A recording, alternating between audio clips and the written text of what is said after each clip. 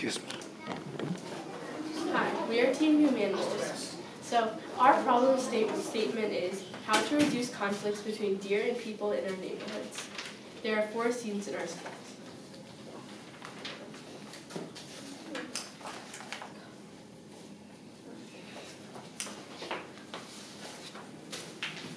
I am hungry. These humans are destroying all my habitats and food sources, and now I don't have anything to eat or drink. What do? I should go to their neighborhoods. All the deer get their food and water from there.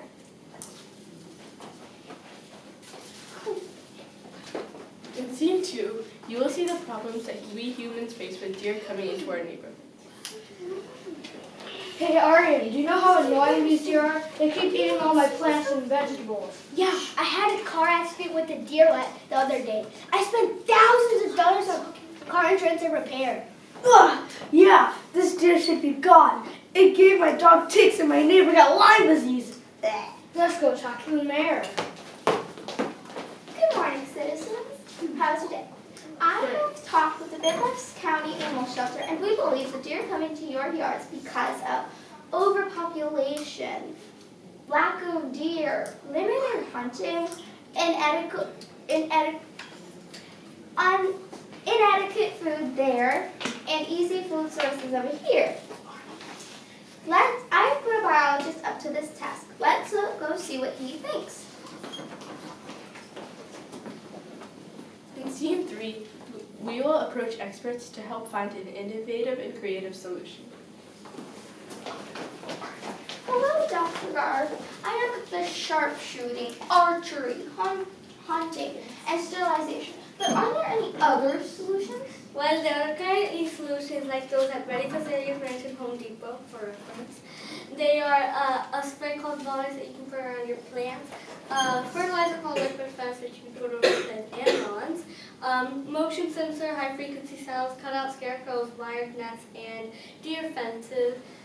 There is a team that has also been working on an innovative solution. Let's see what the humANimals have to say. Hello, I'm a humANimals worker. We're currently working on a 2-part solution. The first part is to create a deer-friendly habitats in local parks, and, forests, and create deer sanctuaries in neighborhoods. We can create these by creating small lakes for water for the deer, planting plants that deer like, such as snowberries and elderberries, and planting bushes and trees for shelter and protection. The second part of the solution is to create a deer-repelling habitat in the neighborhoods. We can do this by planting strong scented plants like garlic, sage, thyme, lavender, and pepper, and using 8 feet tall fences. Hey, this is an amazing solution. It's innovative and eco-friendly, so no, we don't harm deer anymore, and we don't harm nature. I love this idea. It's a win-win situation for humans and deer. I will be happy to implement this solution in our city. In scene 4, we will see that the humANimals workers implement the solution, and we will see if the deer like it as much as we do. I love this deer-friendly habitat idea. Wow, yummy. This place is everything I like to eat and drink. I don't have to go to the neighborhoods anymore. Yay! Team humANimals. Humans for animals and Animals for humans.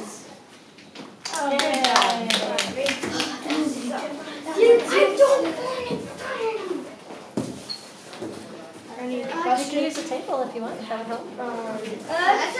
That's a good idea. Do you have any questions for us? What resources do we use? We actually had gone to a bunch of field trips, and so we went to the Fairfax County Animal Shelter, and we visited Catherine Edwards, doctor, and we also visited Kim Shar. She is a naturalist, and we FaceTimed her to see what she would think, and we also went to Home Depot to learn about the existing solutions.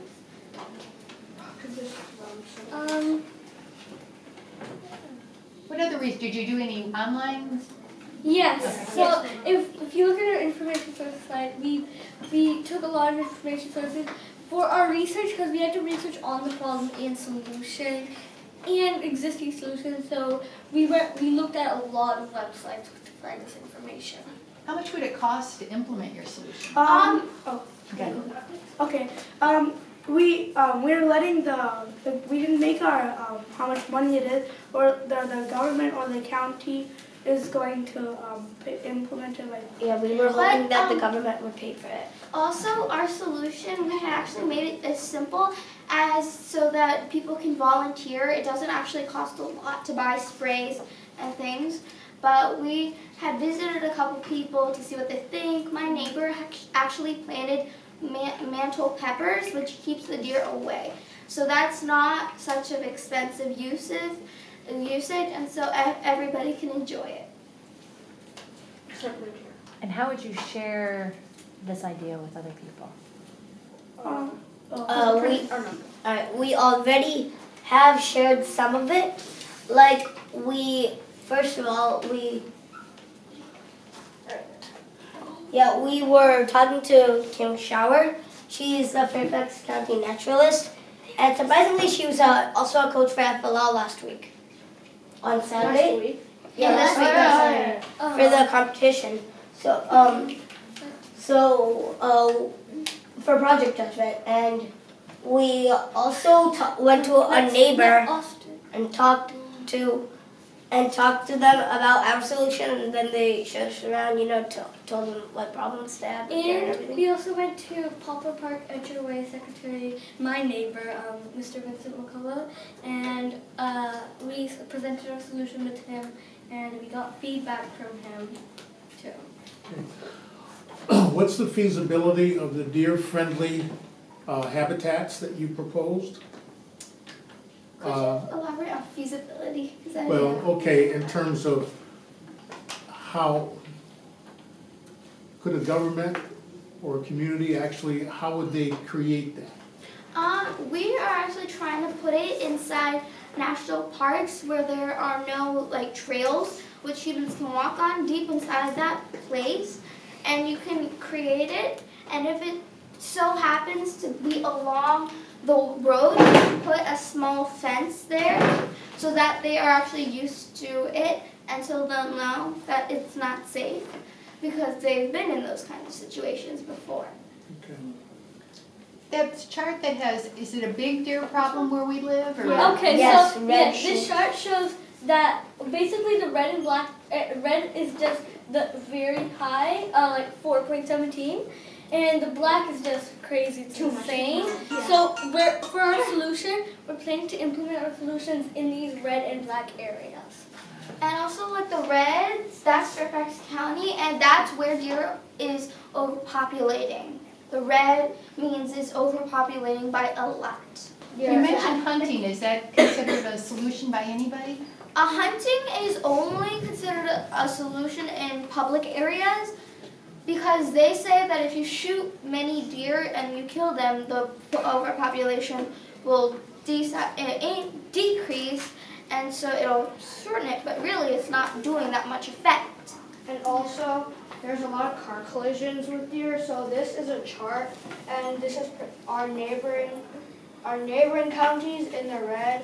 And you can see that Loudoun County has the highest, and they're just our neighboring county, so the deer might wander off into our county. So these three red boxes basically show our county and our neighboring county. So it's Loudoun, Fairfax, and what's the third Prince one? William. Prince William.